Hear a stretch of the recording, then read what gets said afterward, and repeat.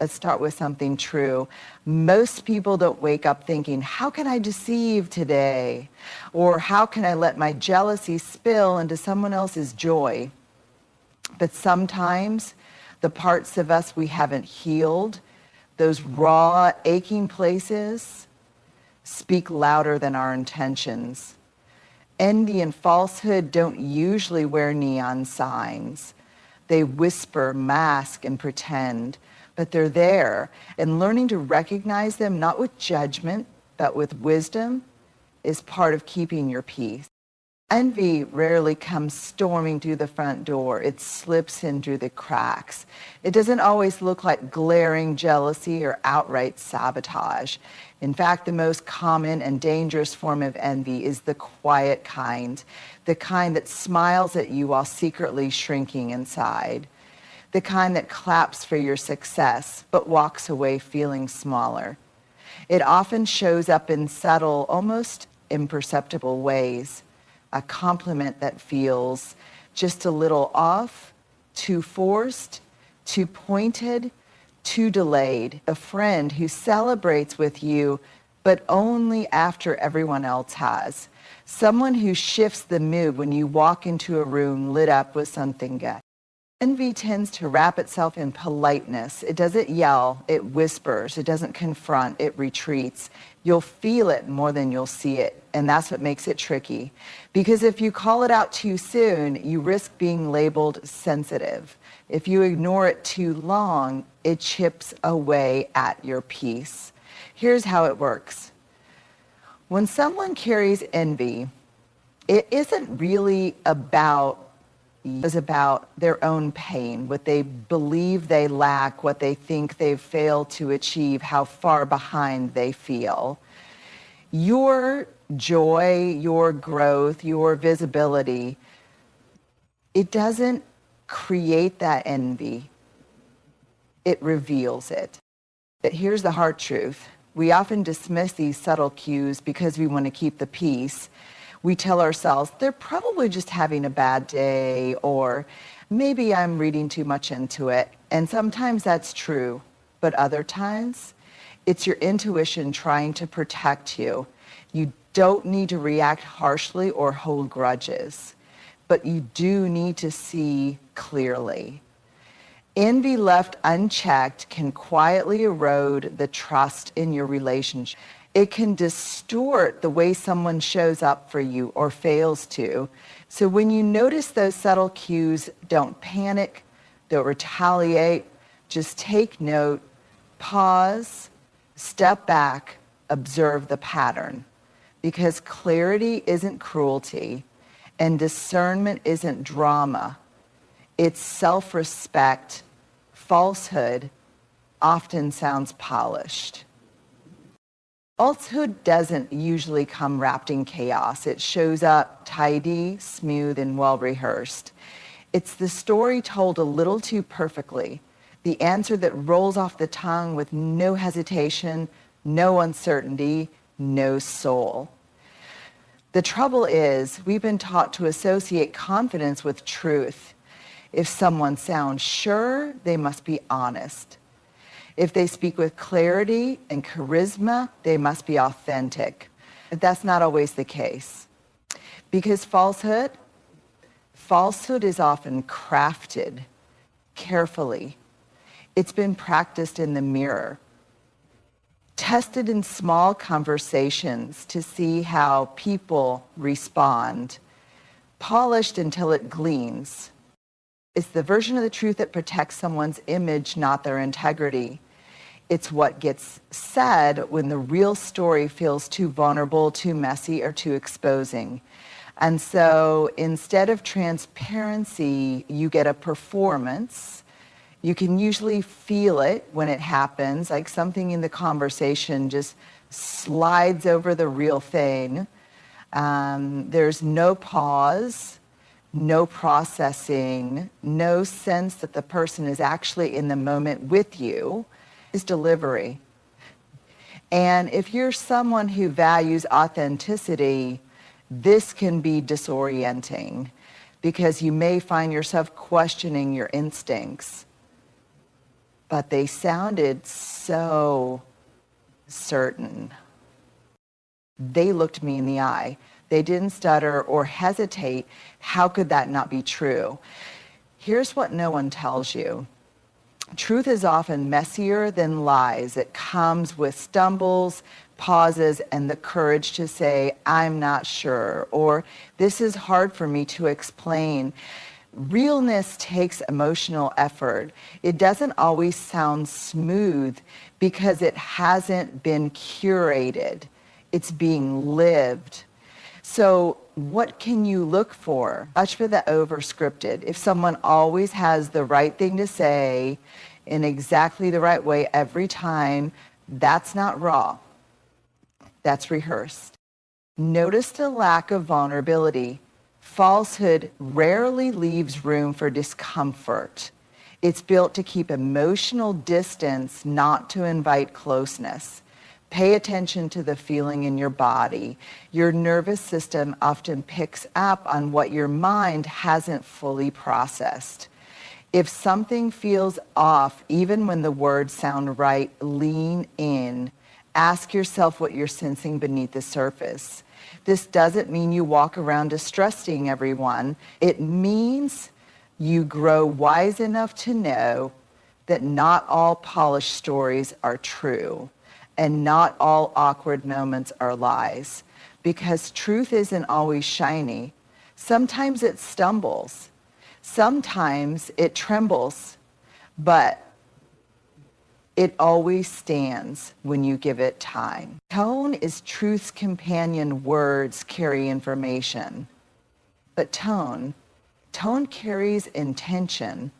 And when it comes to recognizing truth in others, tone is often the clearest window you've got. It's easy to focus on what someone is saying, what the sentence looks like on paper. But the how behind the words often tells you everything you need to know. The cadence, the warmth or lack of it, the silence, the sharpness, the silence between the syllables. Because truth doesn't just live in the sentence, it lives in the delivery. You can say, I'm happy for you 100 different ways. Some versions will feel like love. Others will land like a dagger in velvet.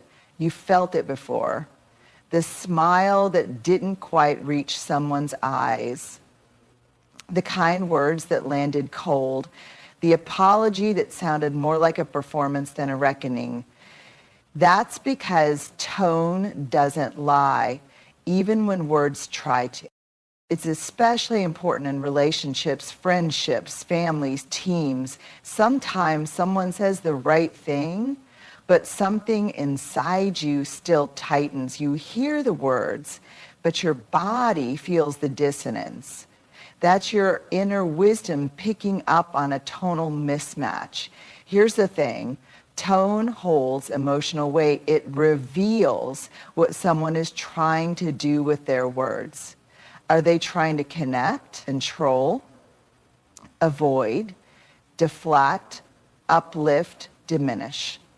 That's what tone tells you. Let's break this down. A kind truth sounds steady. Even if it's uncomfortable, it's delivered with care. There's no sting, no superiority, no edge. A dishonest reassurance sounds hollow. It moves too quickly to wrap things up. There's no spaciousness, no pause to feel or connect. A veiled insult comes with a sweet smile.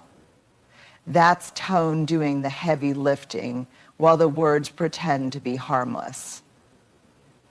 And here's what's most important. You are allowed to trust how something felt more than how it sounded. You don't need someone to outright insult you to sense they've diminished you. You don't need a transcript to prove misalignment. If their tone made you question your worth, your place, your story, that matters. Because when someone is grounded in truth, their tone brings peace, even when the message is hard. And someone is hiding, projecting, or posturing, their tone carries tension, even when the message sounds kind. So listen with your ears, yes, but also with your body. with your heart. The truth isn't always in the words. Sometimes it's in the way they were spoken. Tone is truth's companion. If you want to hear the truth, listen to what's not being said out loud. You want me to do the next one? Watch for pattern over moment. Watch for pattern every moment. We all have bad days. Moments where we snap, moments where we miss the mark, moments we wish we could rewind, edit, and play back better. That's human. But when you're trying to understand someone's character, when you're trying to discern whether envy or falsehood is at play, you have to look past isolated moments and study the pattern. Because a moment is a snapshot. A pattern is a story. It's easy to excuse things when they come one at a time. They were probably tired. Maybe they didn't mean it that way. It's not a big deal. It only happened once. But here's the truth. Things that only happen once don't keep happening. If someone constantly interrupts your joy, that's not just a rough day. They're uncomfortable with your light. If someone routinely shifts blame, dodges accountability, or tells half-truths when things get real, that's not just poor communication, it's a coping mechanism. If someone consistently makes you question yourself, your memory, or your worth, that's not sensitivity on your part, it's a pattern of erosion.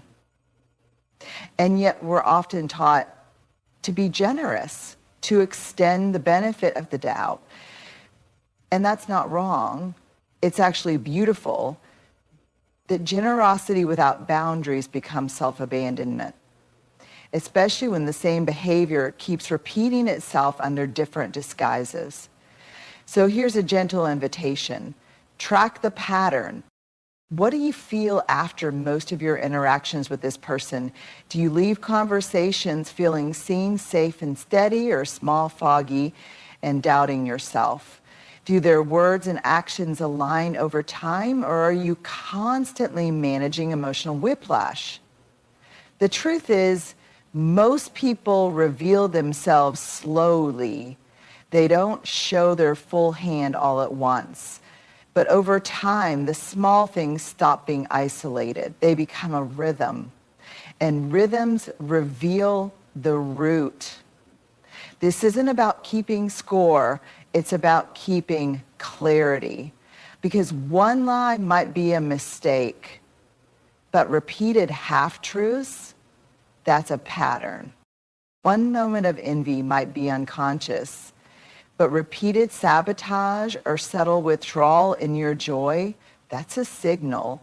And when you see a pattern forming, you don't have to confront or accuse. You simply have to pivot. Adjust your expectations, pull your energy back, redraw your boundary. You don't need to announce your awakening to someone whose behavior has already told you the truth. Just move accordingly, lovingly, quietly, clearly, because the moment may not mean much, but the pattern is everything. Ready for the next one? Energy doesn't lie. You can say all the right things, you can wear the perfect expression, you can smile, nod, and go through the motions, but the energy underneath it all, that's where the truth lives. And the thing about energy is, it doesn't lie. We are wired to feel each other. Long before language, we communicated through energy, facial expression, tone, posture, presence. And that part of us still works.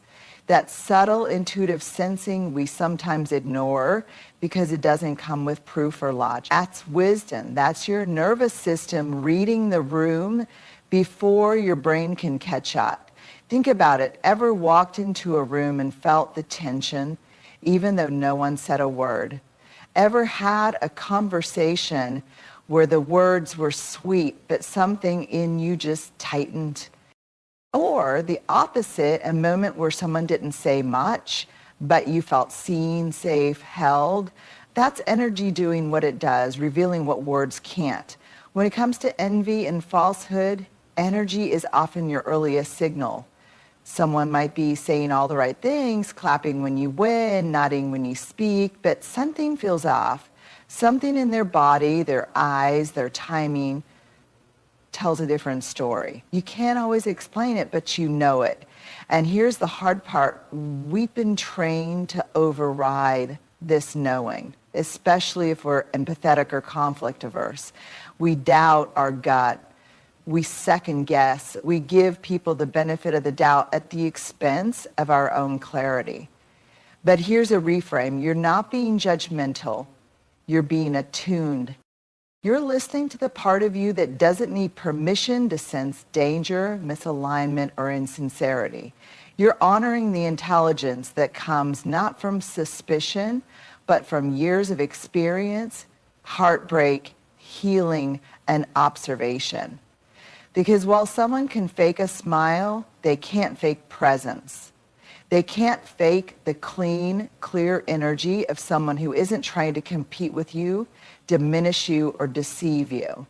And when someone's energy is off, you don't need to call them out. You don't need to collect receipts. You don't need to convince anyone else. You just need to trust yourself, even if you don't have the words for it yet, even if it's inconvenient, even if it makes you pull back from someone you wanted to believe in. Energy is the language beneath the language. It speaks with or without permission. It always tells the truth. And it's okay for you to listen. When you start seeing envy and falsehood clearly, when the masks slip and the energy shifts, it can be tempting to respond in extremes. Some of us go soft. They didn't mean it, we whisper to ourselves. We shrink our needs, downplay the betrayal, and stay silent to keep the peace. Others go sharp. We cut people off, build walls, and declare, I don't need anyone. But there's a middle way, a strong, steady path that honors both your humanity and theirs.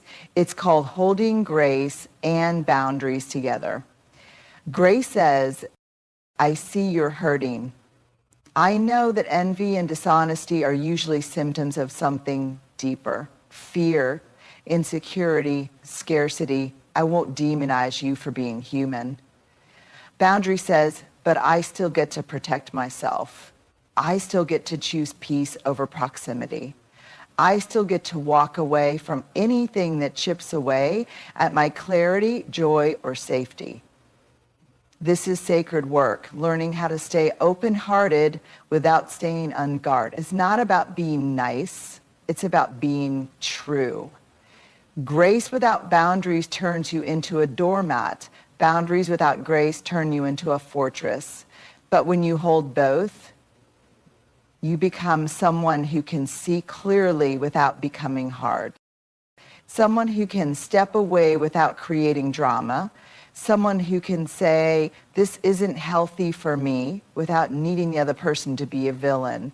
This is where your power lives, not in controlling other people's behavior, but in regulating your response. In saying, I can love you and leave the room. I can wish you well and still stop sharing parts of my life with you. I can forgive you and still choose myself, because grace sees the humanity in others. Boundaries protect the dignity in yourself. Holding both means you stop trying to fix people who don't want to change and start choosing peace over potential. It means you trust your discernment, even if it means walking a lonelier road for a while. It means you love from a place of truth, not obligation, not fear, not performance. And most of all, it means you remember that your softness and your strength are not opposites. They are partners. They live together in the same body. And when they work in harmony, you stop just surviving relationships. You start thriving inside your own self-respect. It's about clarity. It's about protecting your peace, not building suspicion. It's about discerning energy, not assigning labels. Because the truth is, some people won't clap when you grow. Some will retreat when you shine. Some will offer hollow praise, curated truths, and support that disappears the moment you need it most. That doesn't make them evil. It makes them human. But just because we understand it doesn't mean we tolerate it. You deserve real connection. You deserve truth without performance. You deserve relationships that feel safe even in your success. So pay attention to the subtle cues.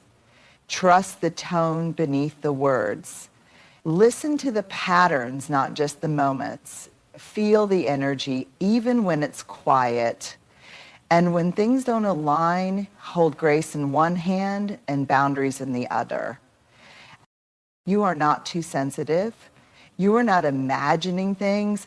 You are waking up to your own wisdom. And the more you trust that wisdom, the more your life will begin to fill with people who are rooted, not rattled by your light. People who don't compete with your growth, they honor it. People whose truth doesn't hide in shadows, it stands beside yours.